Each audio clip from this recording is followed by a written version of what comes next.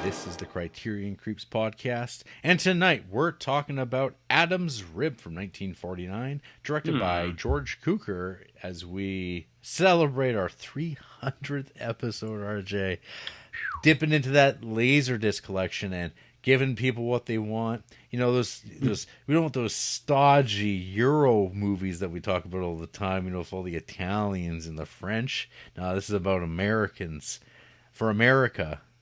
You know what I'm talking about? You know what for who? Who? Americans. It's a movie about Americans for America. Oh, okay. You know about George Cukor? You know about that? You know about Spencer Tracy? I know about George Conker. Is that the same guy? Conker. He had a bad fur day one time. Remember that? He did. Yeah.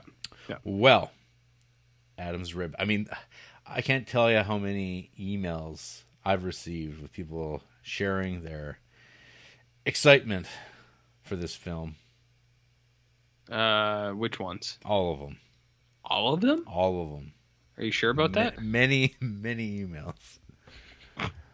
How many? Like multiple? It's too many to count. Too many to count. But it's because it's got such this tagline. Well, why don't you hit me with the tagline, Jarrett? It's the hilarious answer to who wears the pants. It's a real. Is that a question? It's I think it's going to be a battle of the sexes type of picture. Really, like a metaphorical or literal? A little bit of both. Oh, well, you know Spencer Tracy and Katharine Hepburn, RJ. You know about them? I've heard real life couple. Real life. Really, they call each other Pinky in real life? They might have. Who knows what they would have tossed in there a little bit. Yeah, no, they were married for until Spencer Tracy died. From 41 till 60 something. What did he die of? I don't know. Well, I'll look into it, I guess. I thought you would do it. 1967 is when he died. Let's see what he died from. He says he died. Tracy, he died from.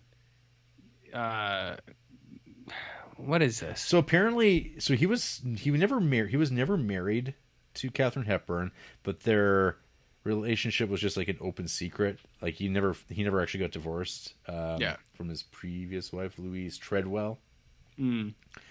But let's see here. Died. It says he died from something called tossed salad and scrambled eggs. Listen to this, RJ. His adult life of alcoholism, smoking cigarettes, taking pills, and being overweight left him in poor health by the time he reached the age of 60. Nice. In 1963, Tracy was hospitalized after a severe attack of breathlessness. They found that he was suffering from pulmonary edema when fluid accumulates in the lungs due to an inability of the heart to pump properly. They declared his blood pressure dangerously high. So 1960. So this is 2 years later. He was diagnosed with hypertensive heart disease. Yeah, he just it was sounded like he kept falling apart more and more. Just falling apart. Yeah. Yeah, I mean, who hasn't been there? Alcoholism, cigarettes, heart attack. Yeah. Do you think he ate at Arby's? I doubt it. It wasn't a choice. You don't think so? If it had been, he would have been all over it. Really? Yeah. I don't know if Arby's was kicking around in his day. You don't not know that though. So, yes. A synopsis for Adam's Rib. When a woman attempts to kill her uncaring husband, prosecutor Adam Bonner gets the case. Unfortunately for him, his wife Amanda, who happens to be a lawyer too, decides to defend the woman in court. Amanda uses everything she can to win the case, and Adam gets mad about it. As a result, their perfect marriage is disturbed by everyday quarrels. What kind of quarrels? What kind of everyday stuff do you think? I don't know. Well, my question though, RJ, for you is, so where is Adam's Rib in this? Well, Jarrett, Adam's Rib is woman. Where are you on your fables or on your fables? Your fable stories, your Bible stories, fantasy made up stories, parables, Jarrett. They're not bullshit. Bullshit. Not supposed to be taken literally, Flim but flam? as stories to guide you in life's difficult times. Really? So what? How does God popping out a rib out of Adam's chest cavity and growing it into a woman help you out? Selflessness. Oh, did Adam have a choice? He was No. he wasn't being a selfish, like he's like, I'm lonely. So yeah, exactly. It's careful what you wish for. Or is working this against pride? Or is this more of like not to be taken as the literary reference to the fictional Bible, or is this more about Adam doing a rib? Ribbon. I mean, his last name is Boner. So what do you think? Bonner. No. Say it correctly. Boner. Boner. Yeah. Yeah. Yeah, I mean it's open for interpretation, I believe some would say. Interesting. Open for interpretation. Okay. Yes. What were we talking about? Would you consider this a moral tale? Define moral for me, please, if you can. Oh, I mean, I think we did that on episode 1 of 6 Moral Tales, part 1. I don't think we did. I'm still unsure. Still waiting. I'm still unsure. Okay. Yeah. So this is a movie. Mm-hmm. It opens up with a woman in a city, New York City. Yes. And she's trailing a man, following him onto a subway train. Mm-hmm. And soon enough, she's successful in her stealth roles, and she's able to follow him up to a apartment, hotel bedroom, and she barges in, and of course she sees her husband, and he is with another woman, and she knows that this is the score, and she pulls out a gun and she just starts firing wildly, closing her eyes because of course she has never fired a gun before, but one of those shots does hit her husband, who starts gasping and screaming and yelling. The woman is able to avoid the random bullet shots going around, and immediately the wife, she feels horrible about this whole thing, and she comes running over to console her husband, who is potentially bleeding out and dying. And he's like, stop. It's like, whoa. This is a pretty hardcore opening for what I'm assuming is a comedy. You assumed wrong, buddy. This is a hardcore. I thought I was looking for hilarious answers about pants. No. It's not. It wasn't like supposed to be funny about who wears the pants. It's supposed to be definitive. An answer to who wears the pants, Jarrett. Definitive. So then we get to what this movie's going to be about. And let me tell you, RJ, this is a pretty silly idea. Right here. Is it? Yeah. So Tell me about it. So we got a husband and wife. They're both lawyers. He is the assistant district attorney, and she is a attorney at law. And they find themselves at different ends of this courtroom. The husband, Adam, he gets kind of tagged with taking this case on. He's like, oh, great. I just heard my wife saying that people don't treat women who shoot and try to kill their husbands with a fair shake, because if it was a man who did it, everyone would be okay with it. But if it's a woman, they're out to get her. And that is Katharine Hepburn's position about the hypocrisy of the society. I don't know if that's accurate these days. I mean, people can have opinions on subjects, whatever they would like. Do you know what I mean? Mm-hmm. So he, of course, is tasked with doing this, and then she finds out, and she's just like, well, can't have that. And so she seeks out the accused, who is already admitted that she has done the crime, but now it's a matter of lawyer talking your way through this and being like, well, perhaps I did shoot him, but perhaps it was a justified shooting, and a justified attempted murder. Sometimes it's okay to murder people because they made you feel bad and betrayed you.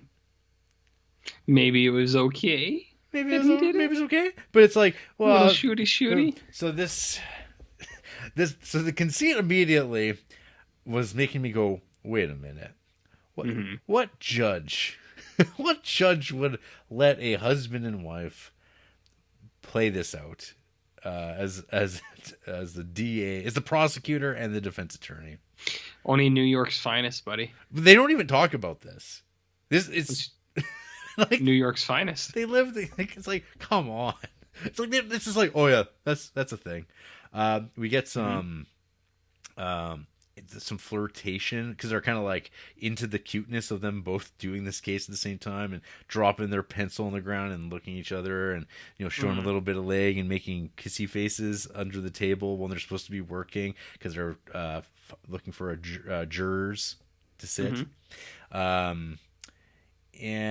then it gets serious, Jarrett. Maybe there's no fun later on. You know what I mean? Well, eventually. Well, there's a dinner party. Yeah. There's a dinner party, and we get introduced to one of the worst characters. Weird, horny buzzcut guy who is referred to as a young man. Who is also maybe not true to himself and his sexuality, I believe. Is how it appeared. I feel like this guy was trying to convince himself of something that wasn't true. You know what I mean? Overcompensate? I think so, a little bit. But he is aggressive in that sense. And I think to a fault of this man, he is overly aggressive with other people's wives where, if this guy is hanging around your wife, Jarrett, I'd tell him to fuck right off. Yeah. So, you know what I mean? So this Kip, played by David Wayne, he would have been about my age now. I was gonna say at the time in this film. Yeah, at the time. At the time, same age. Yeah. Okay. Yeah, his character, Jesus, just grating. I mean, he has a lot to say about Adam, and he's got a lot of commentary that he just lets fly. All the time. You also get a scene. So people did used to just kind of take pictures of their vacations and just make people sit around and watch it. Hey, that is what they used to do. Yeah, some might do it in PowerPoint presentation mode now. Yeah, I guess. Oh well. Hey, they didn't have Netflix, and TV was still kind of rolling out. They definitely did chill though. Yeah, I'm sure they boned just fine. Well, not that Kip guy. He wasn't boning anybody because he sucked. Wow. Yeah, he's maybe his own worst enemy. I think so. No. I think so. Yeah, he's just kind of a lechy try hard. I mean, yeah, he's there and he just makes inappropriate comments on stuff, and he's just always bringing down this husband. He's like, if I had your wife, I wouldn't be you because you suck. I would have told that guy to fuck right off. You know what I mean? Get out. Get out. So yeah, he's annoying. So they have a dinner party and they talk about their fabulous life together and things like this that. Is us taking the mortgage and burning it. And this is us going around kissing the barn doors and our trees and stuff like that because we're so successful. We've got it all. But now this little court case has come along because she has a point to prove to him. And what point is that, Jared? I don't know. That women aren't treated fairly in society. Okay. Yeah, that's it. But you're like, and this is the one that you're going to go for. This is the case, and you're going to render it in law. And it's like, oh, this is the nightmare world of the American justice system, many a system where this is even allowed to happen. Hey, if you're not going to make a stance here, when? Right. So anyway, it just turns out that the guy was shot at. He's kind of an oaf. He's a loathsome man, kind of a sleaze. Yeah. And I don't know. the courtroom stuff is just like whatever. It's just trying to be funny, but for a comedy, RJ, let me just tell you right now, this movie's not very funny. No? No. You weren't slapping your knees and other parts of your body as well? My tickle bone remains untickled. What about your funny bone? What about on your funny bone? It's atrophied. Oh, shit. Yeah. Okay. So do you want me to tell you what else happens in this movie, or do you want to... Well, okay. So anyway, the court case resolves, and like the tension's building, and this Adam is feeling like his wife's going too far. And it's like, you don't even respect the law anymore. I thought that's something that we shared in common. And he moves out. Yep. Yeah, he hauls out for the night. He says, "I'll see you in court, baby." Yep. And then they have their closing statements where there's still objections being had, and it's zany. And it is zany. Yeah. There's a scene during her closing statement where there's a gender flip. What kind? Where you get like the man is a woman and you get the women as men. It's like, and she's like, and she's like, can you imagine if the roles were reversed, how your perspective of this would change? It's like, this is like the dumbest fucking garbage argument I've ever heard in my life. It's like, what does this change about anything? Oh, well, I'd let him off. I'm like, why would you do that? It's like, you're. Well, Jarrett, that's the point, man. Maybe society wasn't set up the right way, man. Yeah. Maybe there were things that they did that they didn't do right. You know what I mean, man? Yeah. So, man. So the jury finds the woman, the wife shooter, not guilty. Nope. Yeah, she's not guilty. They say no problem. And so the family order is sort of restored now that the husband who's been shot, he's kind of like, yeah, we can be back together again, baby. I learned my lesson. You shot me. But the damage has already been kind of done with our Tracy Hepburn duo. Yeah. How did you feel about that, RJ? But Adam and Amanda. Well, I mean, they definitely go to the divorce lawyer, right? And they're splitting up their stuff, and they say, "Man, we were great as a couple, but we just couldn't be rivals in the courtroom." You know what I mean, Jared? It was a sad thing. It was a sad thing. But, maybe as they're splitting up their things, maybe they, relive some past memories. They say, oh, I remember that. Do you remember that? That was a great one. Oh, yeah, we had so much fun that time. And then, oh, man, that was a good one, too. And then, you know what? Maybe they find each other at the same time. You know what I mean, Jarrett? But remember Kip comes a-lurking? Yeah, he comes in, and then yes, before all that. Yes, before that, you forgot Kip about comes old Kip, who's trying to like lay down some pipe. He's hound dogging in there, which I still think I don't think it was the right thing. And he was hounding at. And she's all and then Amanda is very upset. I guess that her husband's gone, and like she's like kind of like really like, oh man, like she's got a lot on her mind, and this Kip dude is just like pawing at her, lurking about. And so we have the scene though that makes very little, like, again, this movie is just, Adam's outside the apartment. They're downtown, whatever, Manhattan apartment. And he's looking up at the window and he can see these two figures, this man and a woman, their silhouette against the curtains. And then he goes up, he sneaks in with the pass key from the elevator guy. And he enters the room with a gun. Yes, he does. And he's like, "Hey, baby." So I knew it was going to turn to this. And he's pointing at them, and they're all panicking. Amanda, she's horrified, and she says, "You've no right to do this. Nobody does." And Adam goes, you're just you proved my point, and that's why." He says, "You see, you're not above the law. Mama's not the law. You see, Jarrett? And then he takes the gun, he puts it in his mouth, and they're like, "No, stop! Don't do it!" And he takes a big bite of it because it's like a chocolate gun. Licorice. Licorice. I believe okay. he says. I see. And it's like, what? Yeah, he says, "I do love licorice," and then you go. He says, "I just needed to prove a point, baby." And then and then they beat the shit out of each other off camera behind the door. That's funny. Sure. Oh yeah, he spanked her too earlier. Excuse me. Remember when he spanked her when he was giving her a back massage, and then she's like, "You really fucking hit me." And that's a quote from Katharine Hepburn. "You really fucking hit me." Actually, that is a quote. She's like, "You really did it." She's like, "You really meant to do this." That was not a playful smack. You fucking hit me.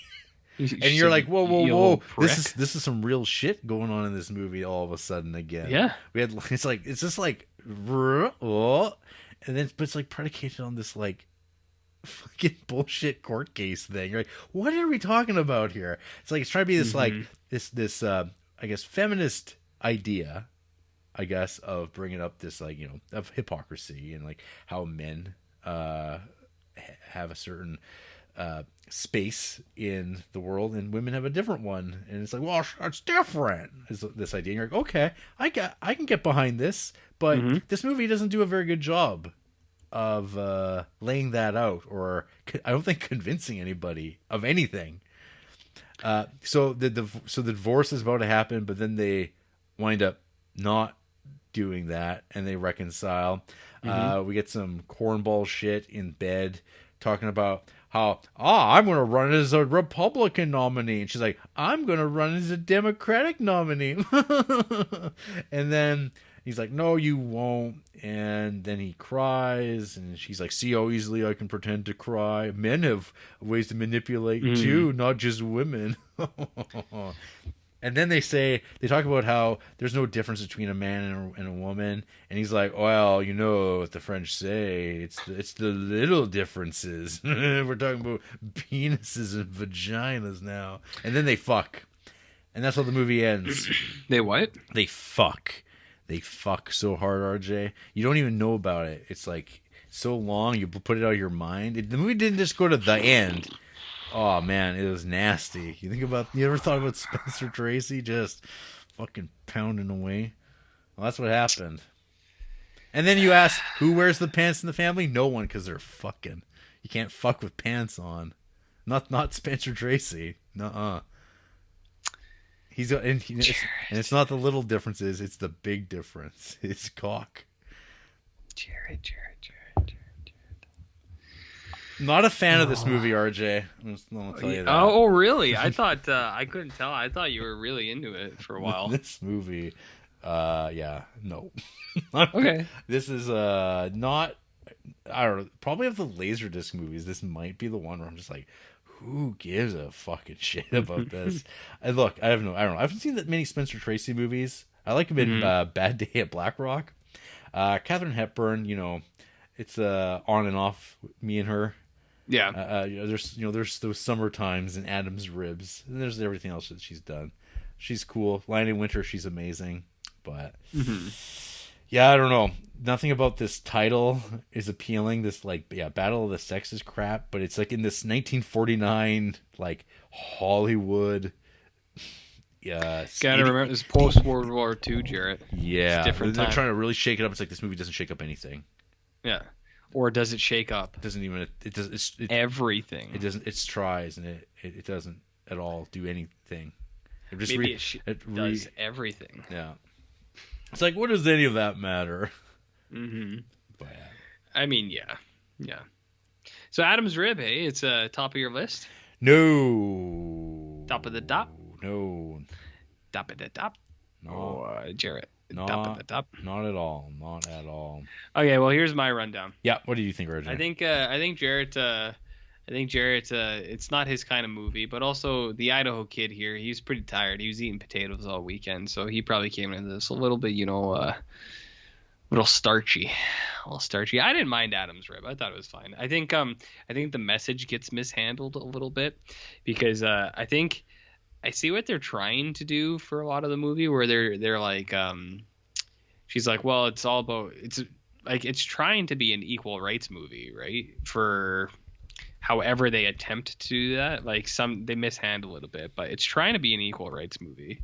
But then in the end, I think it really like the entire point of the movie, I think, gets kind of turned on its head right at the end, where he's like, see, toots, he's like, no one's above the law wears the pants. And then you're like, so wait, are women not equal?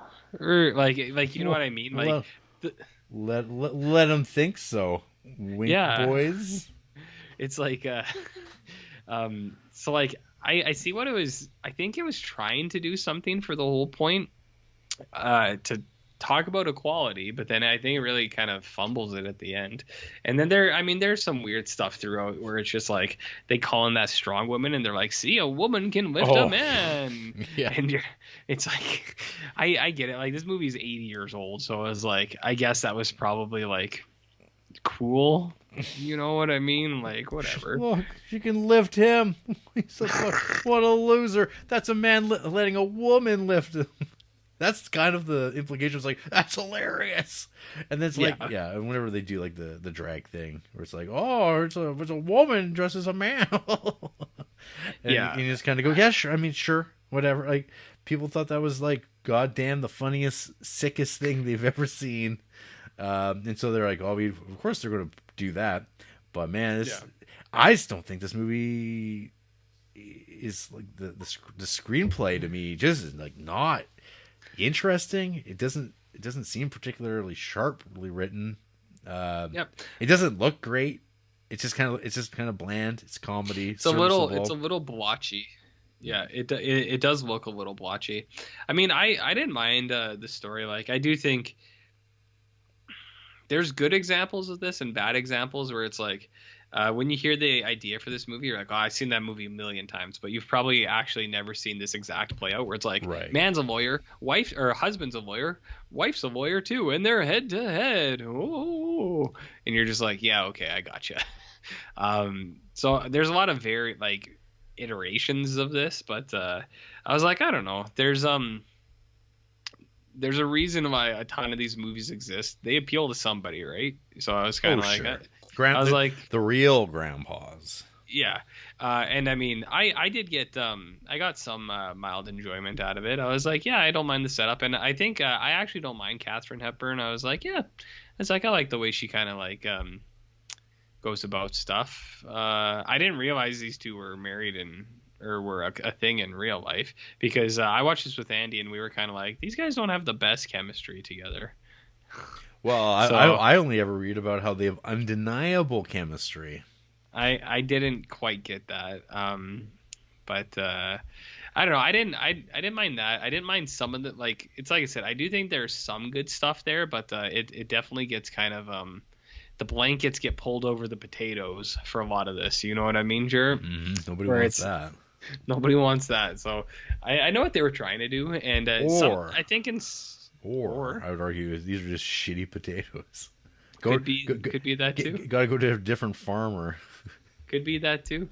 I don't like some of this the lines or the speeches she had. I was like, yeah, I see what they're trying to do for 1949. I was like, this could have been like But is this like, well, this is also Hollywood 1949. Let me tell you, there was a lot of interesting writings and people doing things in other parts of the world that, like, this is like I don't know, it's so 1949 US like image of itself. When did Swing Time come out? Oh God, what, 1929? 29? Oh, okay, so that's quite a bit before. Sorry, or 1936. 1936. Okay, so just 13 years before. Okay. Yeah, let me tell you, Tracy Hepburn or no, Astaire and Rogers. What else? Never mind. So anyways, I don't know. I didn't mind Adam's Rib. Like, there's obvious things about it. It's like, yeah, there's some downtime in this movie, and there's some problems with some of the characters in this movie, and you get annoyed by a bit of it. Yeah, I mean, I don't know about necessarily if I would describe it as downtime. It's just not. I don't know. If you compare to this, like, to Ladies, like Preston Sturgis, who I think we've liked Sure. their films, The Ladies' Eve or Sullivan's Travels. Those are good. Those are good. This just seems like, I don't know, a movie that is someone like this movie at John Criterion likes this, and he put it way back when in his early days when he had hair still, and he's like, yeah, I gotta get that one in there. Or it was always one of my dad's favorite movies, my mom's favorite movies. Maybe she's a big hep head. A big hep head? Yeah. What kind? The Hepburn variety. What about Audrey? Audrey, ooh. She's a bit too much of a sultry minx. It's like that Selena Coombs. Some would say like Selena Coombs. Yeah, I don't know. I thought Adam's Rib was fine. I didn't mind it. It was an hour and 30 minutes. I watched it on like a Saturday or Sunday or something. I thought you were going to say I watched it at 1.5 speed. I watched it at 1.5 speed. Just blew right by. Great way to spend an afternoon. You know what I mean? What does Katharine Hepburn sound like at 1.5 speed? It kind of sounds like this. A little bit faster. A little bit less. I don't know. Yeah. A salad and scrambled eggs. Kind of like that. Kind of like that. Kind of like that. So yeah, I don't know. He's fine. Jarrett didn't like him much. I was like, okay with it. So you make of that as you will. Mm-hmm. You know what I mean? RJ's a big hep head over here. Oh, hep head? Nah. Summertime? Adam's Rib? Oh, well, yes. I think I am then. Maybe that's what it is. Maybe I am a hep head. Yeah. And you didn't even know it. I didn't even know. I didn't even remember Summertime. I didn't remember she was in Summertime is what I mean. And now you know what I mean? Suddenly, it all comes back. Yeah. Well, yeah. I'm trying to think of like what other Hepburns have you watched? Me? I don't know. Let me tell you right now. I probably watched. She's in that one great one. Do you remember American Gothic? She's in that. I've only seen 3. Okay. So what is it? The Lion in Winter is another one. The Lion in Winter, Adam's Rib, and Summertime. Yeah. Yeah. But I mean, well, look at all these great films. Well, one day you'll get to watch Bringing Up Baby with her and Cary Grant. Man, sounds like a slam dunk. They get to hang out with a leopard called Baby. Like a legal leopard? A leopard. Does that leopard get harmed in any way? I doubt it. Jarrett. I feel like the leopard's going to be doing the harming. Jarrett. You know how those movies used to play out. Mm-hmm. I think the leopard's fine. You sure? No, I'm sure. I think it's dead now. What about Philadelphia Story? That's also with Cary Grant and Jimmy Stewart. Holy shit! Jimbo. It's not in my house. It's in Fred's house and Tom's house. You remember that one, Jarrett? Mm-hmm. Yeah, I've seen that episode of The Simpsons. That's kind of what I was going for. You want to hear about people who hate this movie? I mean, sure. Other than you? Yeah. Okay. Yeah. My time's valuable. Sure. The Rogue Critic. Oh God. Half a star. Like most Hepburn Tracy films, the feminist message of the film is unbelievably annoying and cheap. Come on. Script is often odd and disconcerting. Characters are unsympathetic and annoying to varying degrees. Story is ridiculously meandering and pointless. Stupid film. Rating F. What was the voice you were doing just there? I was basing it off a guy I know. He's a school teacher. His name's Roy. If well, this guy gave Philadelphia Story 5 stars. Okay. They also give Pirates of the Caribbean: Curse of the Black Pearl 5 stars, Jarrett. So you know. Favorite films: 12 Angry Men, Seven Samurai, Rebecca, and Lord of the Rings. But they just gave American Graffiti a half a star. Yeah. And that is not true. You've seen American Graffiti, correct? I have. That is not a half a star film. It's okay. It's not a half a star film. No. He gave 2001 Space Odyssey a half a star. Oh, that's... The film is a black hole. Was this Jim Cornette? The film is a black hole of plot, story, and clarity. Second act is the only part of the film that is mildly coherent and is thereby mildly interesting. Films, pieces, torture. So the people who go out of their way to watch this movie, which we did not, it came to us because we had to watch it. The people who seem to watch it and hate it, they like to give letter grades. Presto Bix. 49 out of 100. 12th percentile. D-. There's already star ratings. You don't have to give letter grades on top of star ratings. Stop it. Luke Nelson, letter grade F. So what do we got here? Ooh. Presto Bix likes Manchester by the Sea, Schindler's List, Paths of Glory. What about Luke Nelson? Luke Nelson's a big fan of Star Wars. Back to the Future. Good Will Hunting and Saving Private Ryan. Sorry, I haven't seen those pop up in that order in a while. What about Gage? 1 star.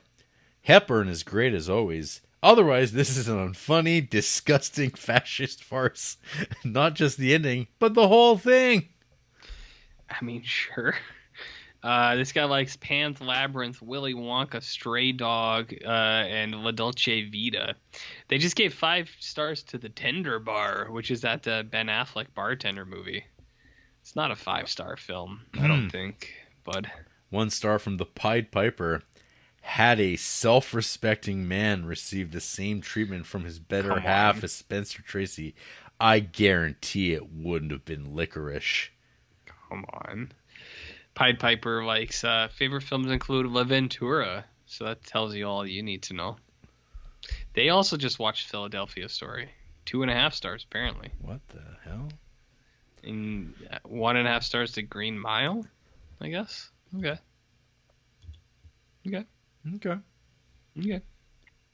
Weirdos. Mm-hmm. I'm just receiving these other ones. Oh, that's good. That's nice. And Doan. Okay. Katharine Hepburn in brackets.